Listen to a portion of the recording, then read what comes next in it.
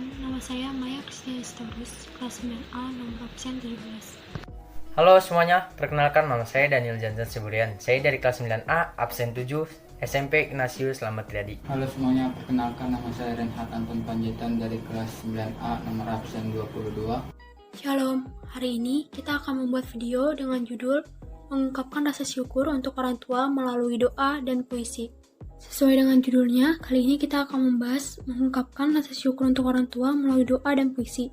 Kami juga akan membahas pewarisan sifat pada makhluk hidup. Pertama-tama, saya ingin bertanya, bagaimana sih cara Renhat dan Daniel mengungkapkan rasa kasih sayang kepada orang tua?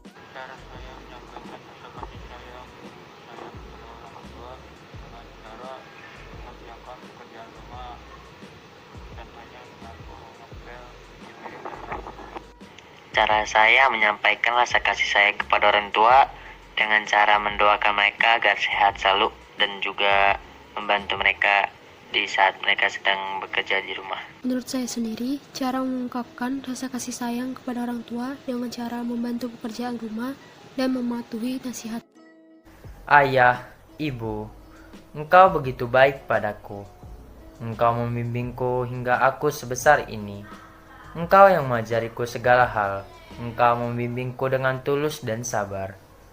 Tapi saat aku nakal, engkau memarahiku. Tapi saat engkau memarahiku, aku tahu itu demi kebaikanku. Karena engkau sayang dan cinta kepadaku, jasamu tak akan kulupakan. Nama saya Maya Kristiani Storus. Di sini saya akan menjelaskan tentang pewarisan sifat pada makhluk hidup.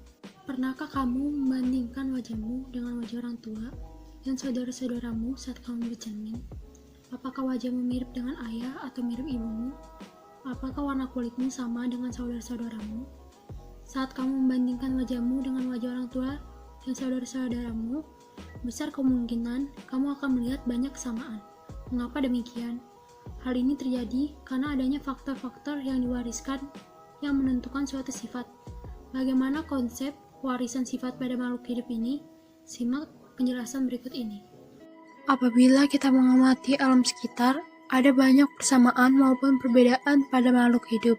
Persamaan dan perbedaan ini biasa terjadi antara induk dengan keturunannya, atau antara orang tua dan anak-anaknya. Misalnya saja dalam satu keluarga, dapat ditemui adanya persamaan atau perbedaan, sifat yang tampak atau sifat yang tak tampak, antara anak dengan kedua orang tuanya. Sifat yang tampak antara lain raut muka, bentuk tubuh, bentuk wajah, warna kulit, warna mata, dan jenis rambut. Sedangkan sifat yang tak tampak yaitu kecerdasan, bakat, suara, dan golongan darah. Contohnya saya yang memiliki kemiripan dengan kedua orang tua saya. Kulit saya sama seperti mama saya berwarna kuning langsat, sedangkan bapak saya berkulit sawo matang. Badan saya tinggi seperti bapak saya, namun saya lebih tinggi daripada mama saya. Pewarisan sifat atau hereditas merupakan penurunan sifat dari induk orang tua kepada keturunannya anak. Ilmu yang mempelajari tentang pewarisan sifat ini disebut genetika. Sifat-sifat suatu makhluk hidup diwariskan melalui sel kelamin jantan dan sel kelamin betina. Bagian sel yang bertanggung jawab terhadap penurunan sifat ini terdapat di bagian inti sel atau nukleus. Di dalam inti sel terdapat kromosom. Kromosom merupakan benang-benang halus yang berfungsi sebagai faktor pembawa sifat keturunan. Di dalam kromosom terdapat substansi pembawa sifat keturunan yang terdiri atas senyawa kimia yang disebut gen. Gen berfungsi sebagai penentu sifat-sifat suatu makhluk hidup. Kromosom dan gen inilah yang mengendalikan pewarisan sifat pada makhluk hidup. Kromosom adalah materi genetik yang berupa benang-benang halus atau kromatin, yang berfungsi sebagai pembawa informasi genetik kepada keturunannya. Setiap inti sel, suatu makhluk hidup memiliki dua jenis kromosom, yaitu kromosom tubuh autosom dan kromosom kelamin gonosom. Kromosom tubuh berfungsi untuk menentukan sifat-sifat tubuh suatu organisme. Kromosom tubuh dilambangkan dengan A yang berasal dari kata autosom yang terdiri dari 22 pasang atau berjumlah 44 buah. Autosom terletak pada sel tubuh dan berpasangan sehingga disebut kromosom diploid atau ditulis dengan 2N. Kromosom kelamin. Kromosom kelamin atau gonosom berfungsi untuk menentukan jenis kelamin suatu organisme. Gonosom berjumlah satu pasang atau 2 buah. Gonosom pada laki-laki dilambangkan dengan XY dan pada perempuan dilambangkan dengan XX. Gonosom terletak pada sel kelamin dan tidak berpasangan sehingga disebut kromosom haploid. Ditulis dengan N. Gen. Komposisi dan susunan gen-gen di dalam tubuh makhluk hidup disebut genotip. Genotip setiap makhluk hidup berbeda-beda yang dapat menentukan sifat-sifat suatu makhluk hidup tersebut. Pada dasarnya, genotip adalah sifat pada makhluk hidup yang tidak terlihat. Genotip inilah yang nantinya akan memunculkan sifat fenotip. Fenotip adalah sifat pada makhluk hidup yang dapat terlihat. Sifat fenotip merupakan perpaduan antara sifat genotip dan lingkungannya. Itulah penjelasan dari pewarisan sifat pada makhluk hidup. Marilah kita berdoa bagi orang tua kita, agar orang tua kita diberikan kesehatan dan kekuatan. Mari semuanya kita bersatu di dalam doa. Dalam nama Bapa, Putra, dan Roh Kudus. Amin. Ya Allah Bapa yang penuh kasih sayang, kami bersyukur kepadamu atas orang tua kami.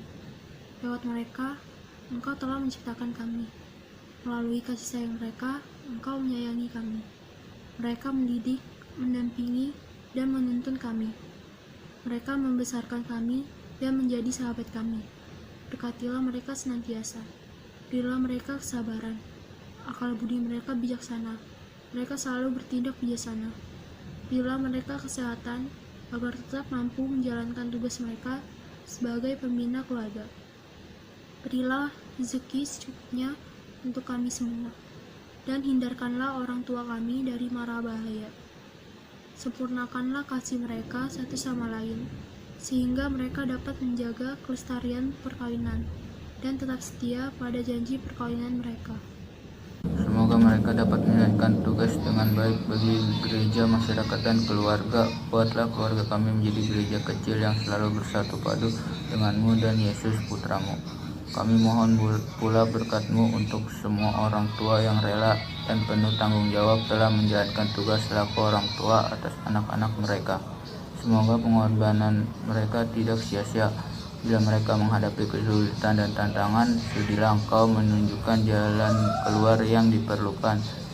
Jangan biarkan mereka merana karena kegetiran hidup. Kami berdoa pula bagi orang tua yang sering dilupakan oleh anak-anak mereka. Sudilah Engkau menghibur dan menguatkan hati mereka.